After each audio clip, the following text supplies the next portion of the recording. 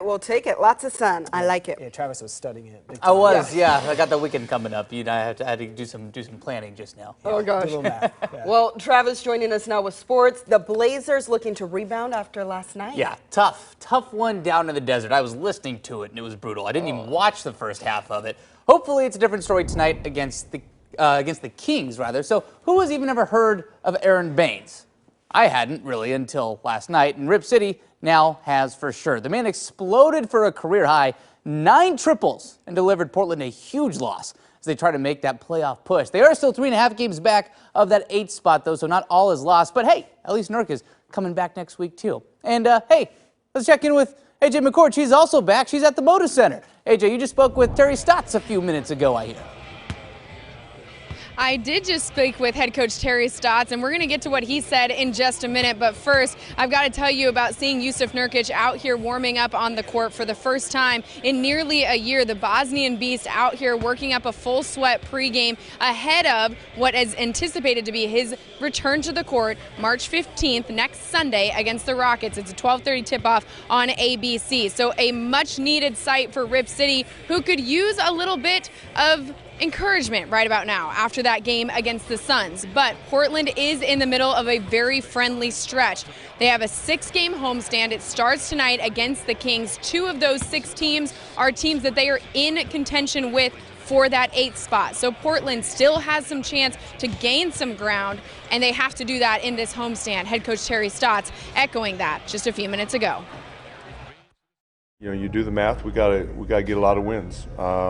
And a couple of them, 2 or 3 of the games are like tonight are against teams that we're fighting for. So they're all big. It's good to have these home games. It's better than being on the road.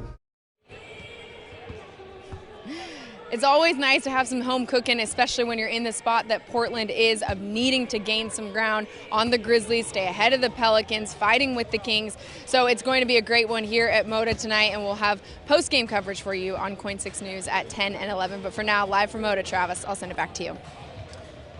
All right, thank you, AJ. Of course, we're all excited to see Nurk on the floor. All right, now to college basketball. It's hard to believe, but the Trace Tinkle era is coming to an end. Now the all-time leading scorer in Oregon State history. He was honored before the game on Senior Day. Of course, his whole family on hand, along with his coach and father, Wayne. A remarkable career for the young man, but we got to get to the game.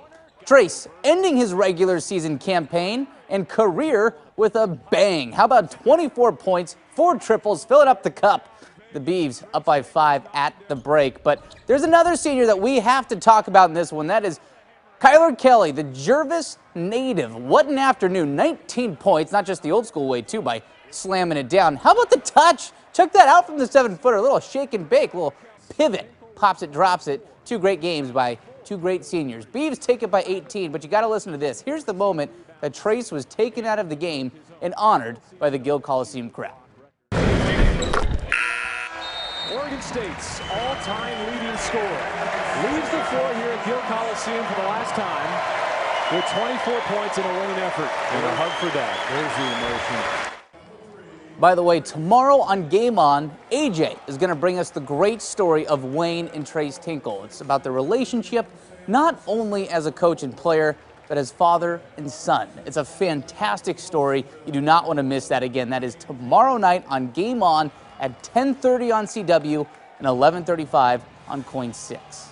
All right, well, tonight, Oregon, as an athletic department, can accomplish something that has never been done in the history of the Pacific Conference. And I'm talking Pac-8, Pac-10, and Pac-12. So if the men's basketball team wins tonight against Stanford, it secures the Pac-12 regular season title. But not only that, it also joins the women's basketball team and the football team as conference champions. And it would be the first time in conference history that a university has completed that triple crown. That game tips off at 8 and no pressure whatsoever. All right, there's another game we got to talk about. The Oregon women getting ready for their Pac-12 tournament semifinal against Arizona. The Wildcats are pesky. They nearly took the Ducks down in their first contest of the year, although Oregon was able to win by 33 later on in the year. That one tips off at 6 o'clock. We will have updates tonight at 10 on the CW and 11 on Coin 6. All right. Busy day. Yep, very busy. Thanks so much, Travis. Of course. We'll be right back.